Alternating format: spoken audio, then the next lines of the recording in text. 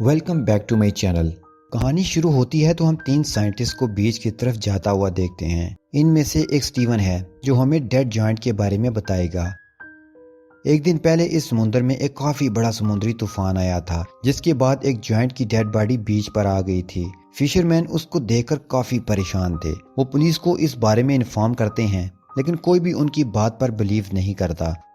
उसके बाद लोग बीच पर आना शुरू हो जाते हैं और इस जॉइंट के बारे में लोगों में तरह तरह की बातें होने लगती हैं। इससे साइंटिस्ट भी इस जॉइंट को देखने वहां आ जाते हैं। अब वो इस जॉइंट को अपनी आंखों से देखते हैं, जिसके बारे में वो काफी दफा सुन चुके थे। वहां बहुत सारे लोग इस जॉइंट को देखने आए हुए थे, लेकिन वो डरे हुए थे, इसलिए इनमें से कोई भी उसे टच नहीं कर रहा था। साइंटिस्ट अंदाजा लगाते हैं कि शायद इस जायंट का वेट 80 टन के करीब होगा। ये बहुत बड़ा था। स्टीवन कहता है कि मैंने सुना है कि जायंट की एज का अंदाजा लगाना बहुत ही मुश्किल होता है। स्टीवन उसके लिप्स और नोज को देखकर अंदाजा लगाता है कि ये एक यंग जायंट था। वो तीनों साइंटिस्ट जायंट की बॉडी के आगे पीछे घूमकर रिसर्च कर रहे थे। इस दौरान स्टीवन उसके हाथ को देखता है। हाथ बहुत ही बड़ा था और उसकी हथेली में पानी खड़ा हो गया था, जो कि एक तालाब की लुक दे रहा था और उसमें मछलियां भी तैर रही थीं। स्टीवन कहता है कि हैरानी इस बात की नहीं कि ये जायंट इतना बड़ा है, बल्कि हैरानी तो ये है कि ये जायंट अब भी एग्जिस्ट करते हैं। फिर स्टीवन इमेजिनेशन की दुनिया में खो जाता है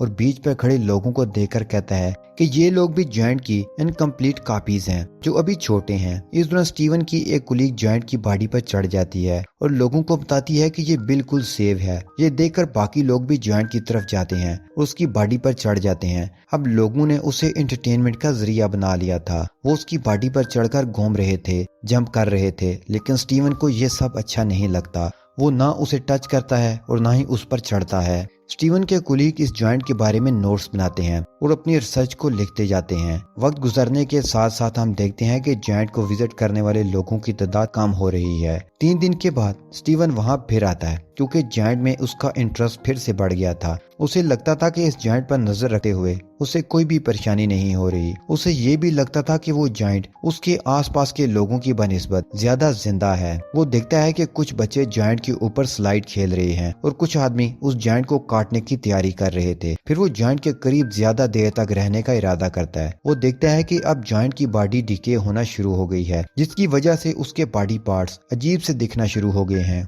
इस दौरान वो जॉइंट के कान पर एक लड़की को बैठे देखता है। फिर स्टीवन नोटिस करता है कि जॉइंट के फेस से जवानी की वो रमक खत्म हो गई है। अब वो जवान नहीं दिख रहा। वो अंदाजा लगाता है कि समुद्र में ज्यादा अरसा रहने की वजह से उसके टिश्यू खराब हो गए हैं, जिसकी वजह से उसकी बॉडी जल्दी खराब हो रही है। स्टीवन जॉइंट के फेस पर एक कीड़े को देखता है, जो कि उसके मुंह के अंदर जा रहा था। स्टीवन अंदाजा लगाता है कि इसे अपनी मंजिल तक पहुंचने से पहले ही ये डेड बॉडी डिके हो जाएगी। फिर स्टीवन हिम्मत जुटाता है और इस जॉइंट की बॉडी के ऊपर चढ़ जाता है। वो वहां से उसके एक बाजू को देखता है जो गल सड़ चुका था और मुख्तलिफ कीड़े और परिंदे उसकी बॉडी को खा रहे थे। स्टीवन उसकी आंखों को देखता है, जिनके ऊपर एक अजीब सा कवर आ गया था और अब वो भी एक तालाब की तरह नजर आ रही थी। स्टीवन सोचता है कि जॉइंट की बॉडी के डिके होने की तकलीफ उस तकलीफ से कम है जो उसको तन्हाई ने दी है। फिर वो वहां से चला जाता है।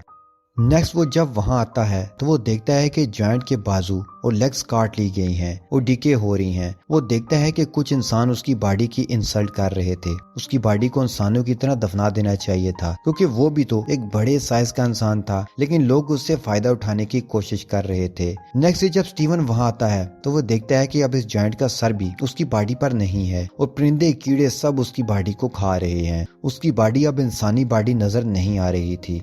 स्टीवन और उस जॉइंट की बॉडी का रिलेशन अब कम हो रहा था। स्टीवन फिर काफी हफ्तों बाद वहां आता है तो देखता है कि अब वहाँ जॉइंट का सिर्फ ढांचा रह गया था, वो भी काफी कम। उसके बाद कई महीने गुजर जाते हैं और लोगों की यादों से जॉइंट निकलने लगता है। लोगों ने उसकी हड्डियों को एज ए डेकोरेशन पीस उसे जगह जगह रखा हुआ था। स्टीवन एक मैदान में जॉइंट की खोपड़ी भी देखता है। वो सोचता है कि अगर वो सिटी में गौर से देखे तो उसकी नोज और कानों की हड्डियां भी मिल जाएंगी। स्टीवन को अपनी यादों से ज्यादा जॉइंट की हड्डियों की डेकोरेशन अच्छी लग रही होती है। इस जॉइंट की कुछ हड्डियां सर्कस में भी रखी गई थी। साइंटिस्ट का कहना था कि जिसने इस जॉइंट को देखा था वो सब उसे एक मॉन्स्टर समझते थे, जो कि मर चुका था, लेकिन स्टीवन के लिए वो अब भी जिंदा था। वो ख्वाबों में देखा है कि वो जॉइंट अब भी जिंदा है और सिटी से जगह जगह अपने बॉडी पार्ट्स उठाकर समुद्र में वापस जाने की तैयारी कर रहा है।